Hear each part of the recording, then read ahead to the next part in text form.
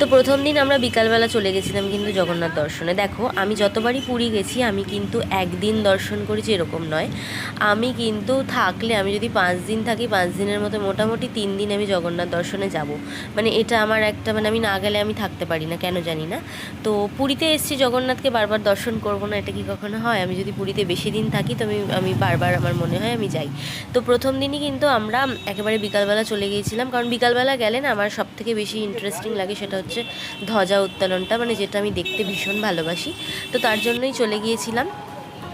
আর দেখো আমি সবথেকে বড় কথা, যতটা আমি মন্দিরের কাছাকাছি চলে আসি না জগন্নাথ দর্শনের জন্য, মানে জগন্নাথ দর্শনটা আমার কাছে ভীষণ একটা ইমোশনাল ব্যাপার। মানে আমার চোখ দিয়ে অটোমেটিক জল বেরিয়ে যায়, কেন জানি না। আমি ভীষণভাবে আর কি ইমোশনাল হয়ে পড়ি জগন্নাথ দর্শনে গেলে। তো গিয়ে তো সমস্ত কিছু ফোন টোন জমা দিতে হয়েছিল, তাই জন্য তো ভেতরে তো এইগুলো সব অ্যালাউ নেই।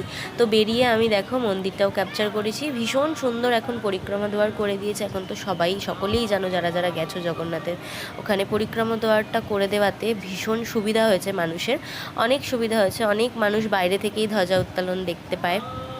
কারণ আমার তো মানে আমি এতবার পুরী গেছি, আমার তো ভীষণ ভালো অভিজ্ঞতা। তোমাদের কেমন তোমরা অবশ্যই একদম কমেন্ট করে জানাবে।